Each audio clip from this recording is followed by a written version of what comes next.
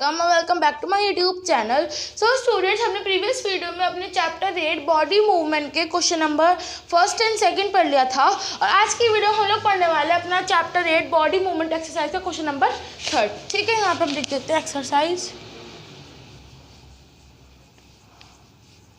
Question number 3। तो question number 3 में क्या बोल रहा है, match the items in column 1 with 1 और मोर items of column 2।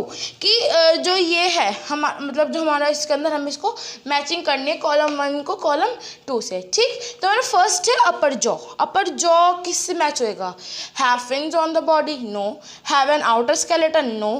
Can fly in the air, is an movable joint, protect the heart, shows very slow movement, have a streamline body. तो यहाँ पे आएगा हमारा अपर जॉ का कैसे करेंगे हम लोग, इज एन मूवेबल जॉइंट। तो यहाँ लिखेंगे हम लोग ए। ठीक है, ये हमारा ए है ना। तो अपर जो है हमारा एक मूवेबल जॉइंट होता है। सेकेंड है फिश। फिश की हम किससे मैचिंग करेंगे? Have a fins on the body और can fly in the air. ठीक, और देखो यहाँ पे दे रखा है और रिब्स, हाँ, can fly in the air, इसे तो हो गया। Protect the heart, shows very slow movement, have a streamline body. ठीक है, देखो यहाँ पे बोल रखा ना, मैच द कॉलम 1 विद 1 और मोर। या तो इसमें से हमें इसमें से या तो एक चूज करना है या दो भी हो सकते हैं। देखो फिश में फिन्स भी होते हैं फिश की बॉडी पर और स्ट्रीमलाइन भी होते हैं। तो हम इसको यहाँ पे भी लेके जाएंगे और हम इसको यहाँ पे भी लेके जाएंगे। हम यहाँ पे भी बी लिख देंगे, उसकी बॉडी में फिन्स भी होते हैं और उसकी स्ट्रीमलाइंड बॉडी होती है। बी थर्ड देखते हैं, रिब्स। यहाँ पे हम बी लिख देंगे। सी है हमारा रिब्स। रिब्स का क्या करेंगे? Have an outer skeleton, can fly in the air, protect the heart, shows very slow movement.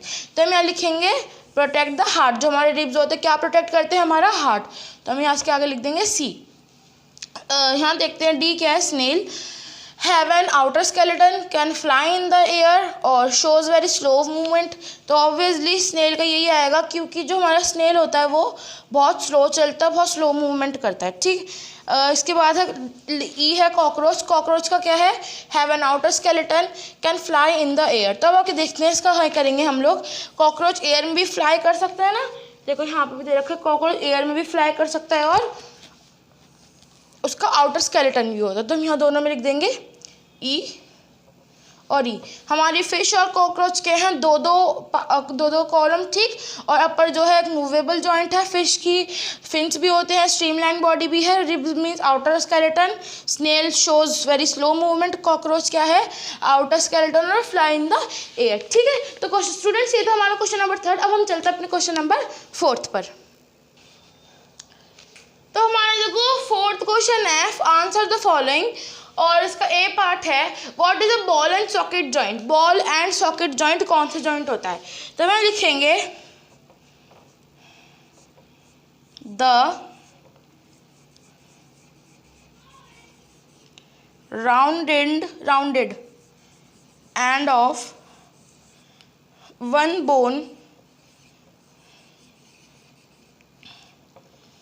fits into the cavity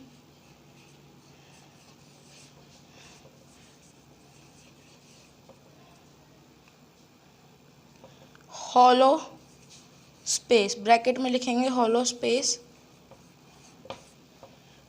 of the other bone, such joint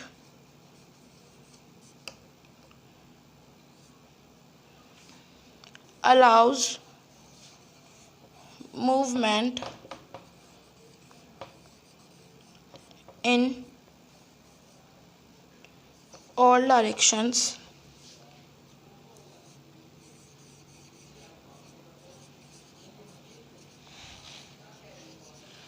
which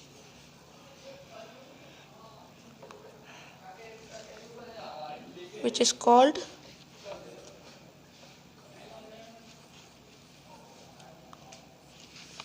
ball and socket joint.